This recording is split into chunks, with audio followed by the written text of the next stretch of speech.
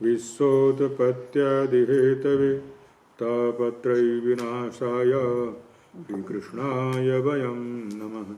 कृष्णाय वासुदेवाय देवकीनन्दनाय च नन्दगोपकुमाराय गोविन्दाय नमो नमः। कृष्णाय वासुदेवाय हरये परमात्मने प्रणतक्लेशनाशाय गोविन्दाय नमो नमः। यं प्रव्रजन्तमनपेतमपेतकृत्यं द्वैपायनो विरहकातरया जुहाव पुत्रेति तन्मयतया तरवोऽभिनेदुस्तं सर्वभूतहृदयं मुनिमानतोऽस्मि। ॐ श्रीशुकुवाच एवं विधानि कर्माणि गोपाः कृष्णस्य वीक्षते अद्वितीय विदः प्रोक्तुं समभीत्य सुविस्मिताः। बालकस्य यदेतानि कर्माणि अत्यद्भुतानि वै कथम् अर्हत्यसौ जन्म ग्रामे स्वात्मा जुगुप्सितं। यः सप्ताहयानो बालः करेणैकेन लीलया कथं बिभ्रति गिरिवरं पुष्करं गजराडिव। तोकेनामीलिताक्षेण पूतनाया महोजसः पीतः स्तनः सह प्राणैः कालेनेव वयस्तनुः।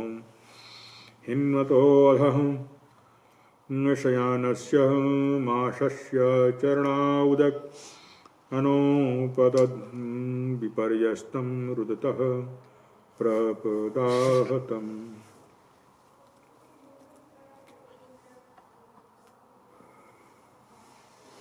श्रीमद्भागवत महापुराण के 10वें स्कंध का 26वां अध्याय है।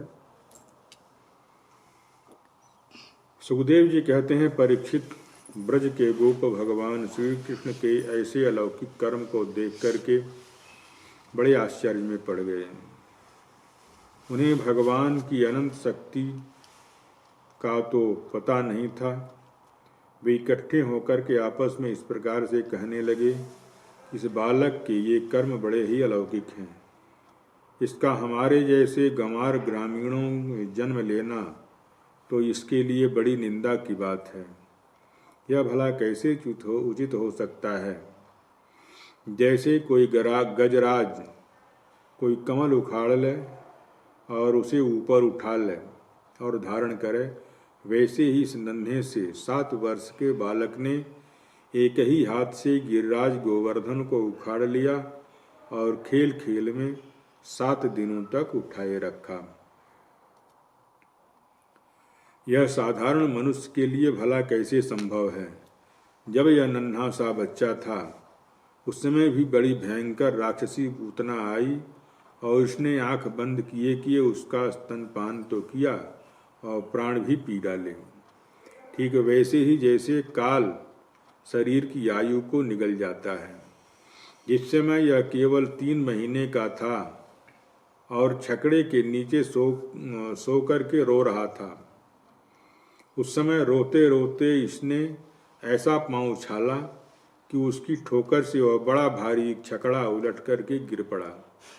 उस समय तो यह 1 ही वर्ष का था जब दैत्य पवंडर के रूप में इसे बैठे बैठे आकाश में उड़ा ले गया। तुम सब जानते ही हो कि इसने उस तृणावर्त दैत्य का गला घोंट करके मार डाला। उस दिन की बात भी तो सभी जानते हैं कि माखन चोरी करने पर यशोदा रानी ने इसे उखल से बांध दिया था। यह घुटनों के बल बकैयां खींचते खींचते उन दोनों विशाल अर्जुन के वृक्षों के बीच से निकल गया और उन्हें उखाड़ डाला। जब यह ग्वालबाल और बलराम जी के साथ बछड़ों को चराने के लिए वन में गया हुआ था, उस समय इसको मार डालने के लिए एक दैत्य बगुले के रूप में आया और उसने उसे दोनों हाथों से उसके दोनों ओठ पकड़ करके उसे तिनके की तरह से चीर डाला। जिस समय इसको मार डालने की इच्छा से एक दैत्य बछड़े के रूप में बछड़ों के झुंड में घुस गया, उस समय इसने उस दैत्य को खेल ही खेल में मार डाला और उसे कैंथ के पेड़ों पर पटक करके उन पेड़ों को भी गिरा दिया। क्या है? बकुला कहते हैं एक सफ़ेद पक्षी जो पानी के किनारे ज़्यादातर रहता है और वो मछलियों को खाता है, इसे किनारे ऐसे खड़ा रहता है और जैसे कोई मछली आती है तुरंत ऐसे उसको उठा करके खा लेता है। देखे होगे, वो सफ़ेद कलर का होता है। ये कौन कह रहा है? ये भी ग्वाल बाल आपस में चर्चा कर रहे हैं भगवान श्री कृष्ण के बारे में, क्योंकि भगवान श्री कृष्ण ने गोवर्धन पर्वत को अपने हाथ पर ऐसे उठा लिया हुआ था, तो इसलिए आपस में बात कर रहे हैं कि ये छोटा सा बच्चा ऐसे कैसे इतना ये सब कर सकता है, साधारण कोई बालक नहीं है। इसने बलराम जी के साथ मिलकर के गधे के रूप में रहने वाले धेनुकासुर नामक दैत्य को उसके भाई बंधुओं के सहित मार डाला और पके हुए फलों से पूर्ण तालवन को सबके लिए उपयोगी और मंगलमय बना दिया। इसी ने बलशाली बलराम जी के द्वारा क्रूर प्रलंबासुर को भी मरवा डाला तथा दावानल से गौओं और ग्वाल बालों को भी बचा लिया। यमुना जी के जल में रहने वाला कालीनाग कितना विषैला था, परंतु इसने उसको भी मर्दन करके उसे बलपूर्वक कालीदह से निकाल दिया और यमुना जी का जल सदा के लिए विषरहित हो गया, सबके लिए अमृत जैसा मीठा बना दिया। नंद जी, अब वो सब ग्वाल बाले नंद जी से कह रहे हैं कि हम यह भी देखते हैं कि तुम्हारे इस सांवले बालक पर हम सभी ब्रजवासियों का अनंत प्रेम है और इसका भी हम पर स्वाभाविक ही प्रेम है। क्या आप बतला सकते हैं कि इसका क्या कारण है? भला कहाँ तो यह 7 वर्ष का नन्हा सा बालक और कहाँ इतने बड़े गिरिराज को 7 दिनों तक उठाए रखना। ब्रजराज, इसी से तो तुम्हारे पुत्र के संबंध में बड़ी शंका हो रही है। नंद बाबा ने कहा कि गोपों, तुम लोग सावधान होकर के मेरी बात सुनो। मेरे बालक के विषय में तुम्हारी शंका दूर हो जाएगी, क्योंकि महर्षि गर्ग ने इस बालक को देख करके इसके विषय में बतलाया था। तुम्हारा यह बालक प्रत्येक युग में शरीर धारण करता है। अनेक युगों में इसने सफ़ेद, लाल और पीले ये अलग अलग प्रकार के रंग को स्वीकार करके अवतार लिया था। इस बार इसने काले रंग को स्वीकार किया है। यह तुम्हारा पुत्र पहले कहीं वसुदेव के घर में भी पैदा हुआ था, इसलिए इसके रहस्य को जानने वाले लोग इसका नाम श्री वासुदेव कहेंगे। ऐसा कहते हैं कि तुम्हारे पुत्र के गुण और कर्मों के अनुरूप और भी बहुत सारे नाम होंगे तथा बहुत से रूप। मैं तो उन नामों को जानता हूँ, परंतु संसार के साधारण लोग नहीं जानते हैं। यह तुम लोगों का परम कल्याण करेगा। समस्त गोप और गौओं को यह बहुत ही आनंदित करेगा। इसकी सहायता से तुम लोग बड़ी बड़ी विपत्तियों से बड़ी सरलता से पार कर जाओगे। ब्रजराज, पहले के समय में एक बार पृथ्वी में कोई राजा नहीं रह गया था। डाकुओं ने और चोरों ने लूटपाट मचा रखी थी। तब तुम्हारे इसी पुत्र ने सज्जन पुरुषों की रक्षा के लिए इससे बल पाकर के उन दुष्टों पर विजय प्राप्त किया।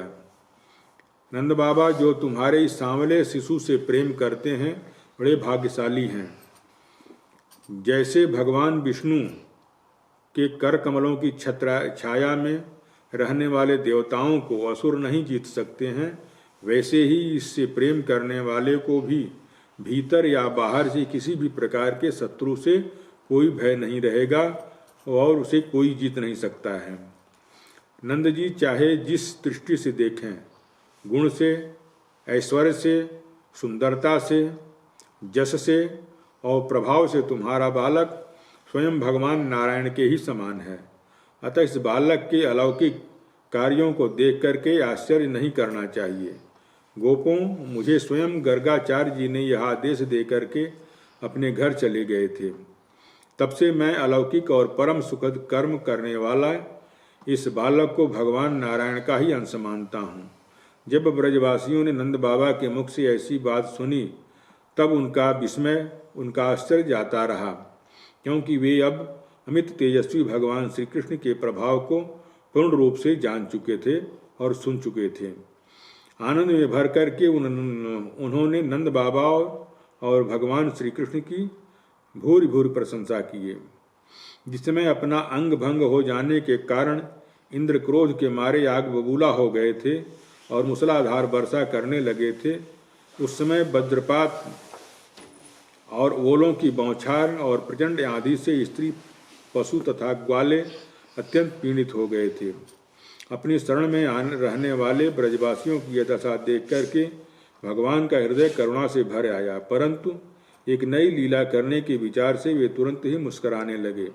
जैसे कोई नन्हा सा बालक निर्बल बालक खेल खेल में ही बरसाती छत्ती के पुष्प को उखाड़ लेता है, वैसे ही उन्होंने एक हाथ से गिरिराज गोवर्धन को उखाड़ करके धारण कर लिया और सारे ब्रज की रक्षा किया।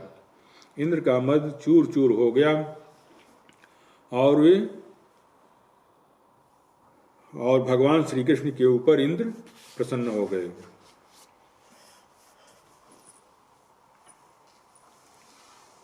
सुखदेव जी कहते हैं, परीक्षित, जब भगवान श्री कृष्ण ने गिरिराज गोवर्धन को धारण करके मूसलाधार वर्षा से ब्रज को बचा लिया, तब उनके पास गोलोक से कामधेनु गाय आई भगवान श्री कृष्ण को बधाई देने के लिए, और स्वर्ग से देवराज इंद्र भी अपने अपराध को क्षमा कराने के लिए आए।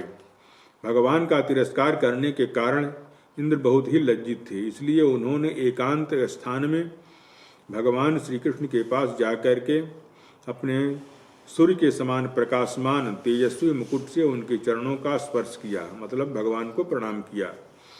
परम तेजस्वी भगवान श्री कृष्ण का प्रभाव देख करके और सुन करके इंद्र का सारा घमंड चला गया, और यह कि मैं तीनों लोकों का स्वामी हूँ, यह भी उनका घमंड चला गया। अब उन्होंने हाथ जोड़ करके भगवान की स्तुति किया। इंद्र ने कहा, भगवान, आपका परम शांत, ज्ञानमय और रजोगुण तथा तमोगुण से रहित विशुद्ध अप्राकृतिक सत्वमय है। यह गुण के प्रवाह रूप से प्रतीत होने वाले प्रपंच केवल माया के हैं, क्योंकि आपका स्वरूप न जानने के कारण ही आप में ये दिखलाई देता है। जब आपका संबंध अज्ञान और उसके कारण होने वाले शरीर आदि से नहीं है, फिर उन शरीर आदि की प्राप्ति के कारण तथा उन्हीं से होने वाले लोभ और क्रोध आदि दोष तो आप में कैसे हो सकते हैं? प्रभु, इन दोषों का होना तो अज्ञान का लक्षण है। इस प्रकार आप यद्यपि अज्ञान और उससे होने वाले जगत के से आपका कोई संबंध नहीं है, फिर भी धर्म की रक्षा और दुष्टों का दमन करने के लिए आपने अवतार ग्रहण किया है और निग्रह अनुग्रह भी करते रहते हैं। आप जगत के पिता, गुरु और स्वामी हैं। आप जगत का नियंत्रण करने के लिए दंड धारण किए हुए हैं। यह दुस्तर काल जो किसी के बस में नहीं आता है, आपने अपने भक्तों की लालसा इच्छा पूरी करने के लिए स्वच्छंदता से लीला शरीर प्रकट करते हैं, और जो लोग हमारी तरह अपने को ईश्वर मान बैठते हैं, उनके मान का मर्दन करते हैं, और आप अनेक प्रकार की लीलाएं करते हैं।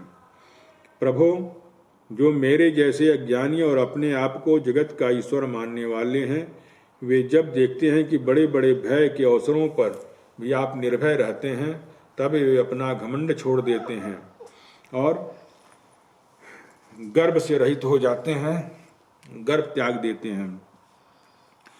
संत पुरुषों के द्वारा सेवित भक्ति मार्ग का आश्रय लेकर के आपका भजन करते रहते हैं। प्रभो, आप एक एक चेष्टा दुष्टों के लिए, आपकी एक एक चेष्टा दुष्टों के लिए दंड का विधान है। प्रभु, मैंने ऐश्वर्य के मद से चूर होकर के आपका अपराध किया है, क्योंकि मैं आपकी शक्ति और प्रभाव के संबंध में बिल्कुल भी नहीं जानता था। परमेश्वर, आप कृपा करके मुझ मूर्ख अपराधी का यह अपराध क्षमा करें। ऐसी कृपा करें कि मुझे फिर कभी ऐसे दुष्ट अज्ञान का शिकार न होना पड़े। स्वयं प्रकाश इंद्रियातीत परमात्मन, आपका यह अवतार इसलिए हुआ है कि जो असुर सेनापति केवल अपना पेट पालने में ही लग रहे हैं और पृथ्वी के लिए बड़े भारी भार के कारण बन रहे हैं, उनका वध करके उन्हें मोक्ष दिया जाए जो आपके चरणों के सेवक हैं, आज्ञाकारी भक्तजन हैं, उनका अभ्युदय और उनकी रक्षा हो। भगवान, मैं आपको नमस्कार करता हूँ। आप सर्वअंतर्यामी पुरुषोत्तम तथा सर्वात्मा वासुदेव हैं। आप यदुवंशियों के एकमात्र स्वामी और भक्त वत्सल हैं, सबके हृदय को चुराने वाले। मैं आपको बार बार नमस्कार करता हूँ। आपने जीवों के समान कर्मवश होकर के नहीं, बल्कि स्वतंत्र होकर के अपने भक्तों की तथा अपनी इच्छा के अनुसार शरीर को स्वीकार किए हैं। आपका यह शरीर भी विशुद्ध ज्ञान स्वरूप है। आप सब कुछ हैं। आपके कारण और सबके आत्मा हैं। मैं आपको बार बार नमस्कार करता हूँ। भगवान, मेरे अभिमान का अंत नहीं है और मेरा क्रोध भी बहुत ही तीव्र मेरे बस के बाहर है। जब मैंने देखा कि मेरा यज्ञ तो नष्ट कर दिया गया है, तब मैंने मूसलाधार वर्षा और आंधी के द्वारा सारे ब्रह्मंडल को नष्ट कर देना चाहा, परंतु आपने मुझ पर बहुत बड़ा कृपा किया। मेरी चेष्टा व्यर्थ होने से मेरा घमंड नष्ट हो गया। आप मेरे स्वामी हैं, गुरु हैं और मेरी आत्मा है। मैं आपकी शरण में हूँ। सुखदेव जी कहते हैं कि परीक्षित, जब देवराज इंद्र ने भगवान श्री कृष्ण की इस प्रकार से स्तुति किया, तब उन्होंने हंसते हुए मेघ के समान गंभीर वाणी से इंद्र को संबोधन करके कहा, इंद्र, तुम ऐश्वर्य और धन के घमंड से पूरे मत वाले हो रहे थे, इसलिए तुम पर अनुग्रह करने के लिए ही मैंने तुम्हारा यज्ञ नष्ट किया था, यज्ञ को भंग किया था। यह इसलिए कि अब तुम मुझे नित्य निरंतर याद रखोगे। जो ऐश्वर्य और धन के मद से अंधा हो जाता है, वह यह नहीं जानता कि मैं काल स्वरूप परमेश्वर हाथ में दंड लेकर के उसके ऊपर सवार हूँ। मैं जिस पर अनुग्रह करना चाहता हूँ उसका ऐश्वर्य नष्ट कर देता हूँ, उसको ऐश्वर्य से भ्रष्ट कर देता हूँ, उसका सर्वस्व छीन लेता हूँ। इंद्र, तुम्हारा मंगल हो। अब तुम अपनी राजधानी अमरावती में जाओ और मेरी आज्ञा का पालन करो। अब कभी घमंड नहीं करना। नित्य निरंतर मेरी सन्निधि, मेरे संयोग का अनुभव करना कि मैं जैसे तुम्हारे पास ही हूँ। अपने अधिकार के अनुसार उचित रीति से मर्यादा का पालन करना। भगवान सुखदेव जी कहते हैं कि इस प्रकार से भगवान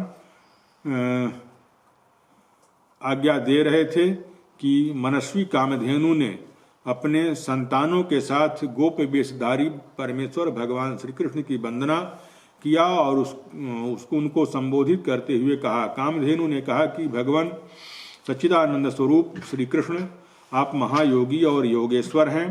आप स्वयं विश्व और विश्व के परम कारण अच्युत हैं। संपूर्ण विश्व के स्वामी आपको रक्षक के रूप में प्राप्त करके हम सब सनाथ हो गए हैं। आप जगत के स्वामी हैं, परंतु हमारे तो परम पूजनीय आराध्य देव आप ही हैं। प्रभो, इंद्र तीनों लोकों के राजा हुआ करें, परंतु आप तो हमारे ही राजा हैं। अतः आप ही गौ और ब्राह्मण तथा देवता और साधुओं की रक्षा के लिए हमारे इंद्र बन जाइए। हम गौएं ब्रह्मा जी की प्रेरणा से आपको अपना इंद्र मान करके अभिषेक करेंगे। विश्वात्मन, आपने पृथ्वी का भार उतारने के लिए ही अवतार धारण किया है। सुखदेव जी कहते हैं कि इस प्रकार से भगवान श्री कृष्ण से ऐसा कह करके कामधेनु ने अपने दूध से और देव माताओं की प्रेरणा से देवराज इंद्र ने ऐरावत के सूंड के द्वारा लाए हुए आकाश गंगा से जल से देवर्षियों के साथ यदुनाथ भगवान श्री कृष्ण का अभिषेक किया और उन्हें गोविंद यह नाम देकर के संबोधित किया। उस समय वहाँ नारद, तुम्बरु आदि गंधर्व, विद्याधर, सिद्धि और चारण पहले से ही आ गए थे। वे समस्त संसार के पाप और ताप को न मिटाने वाले भगवान के लोक पिता लोक मलापह जो भगवान के परम पवित्र नाम हैं, जो पापों के नाश करने वाले हैं, उन नामों का गान करने लगे और अप्सराएं आनंद से भर करके नृत्य करने लगी। मुख्य मुख्य देवता भगवान की स्तुति करके उन पर नंदन बन के दिव्य पुष्पों की वर्षा करने लगे। तीनों लोकों में परमानंद की बाढ़ सी आ गई। गऊओं के स्तनों से अपने आप ही दूध गिरने लगा। पृथ्वी गीली हो गई। नदियों में अनेक प्रकार के रसों की बाढ़ आ गई। वृक्षों से मधुधारा बहने लगी। बिना जोते बोए ही पृथ्वी में अनेकों प्रकार के अन्न और औषधियां पैदा होने लगी। पर्वतों में छिपे हुए मणि माणिक्य अपने आप ही बाहर निकल आए। भगवान श्री कृष्ण का अभिषेक हो जाने पर जीव स्वभाव से ही भगवान श्री कृष्ण का अभिषेक हो जाने पर जो जीव स्वभाव से ही क्रूर हैं वे भी वैरहीन हो गए और उनमें परस्पर मित्रता हो गई। इंद्र ने इस प्रकार से गौओं और गोकुल के स्वामी गोविंद का अभिषेक किया और उनसे अनुमति को प्राप्त करके देवता और गंधर्व आदि के साथ स्वर्ग की यात्रा किए।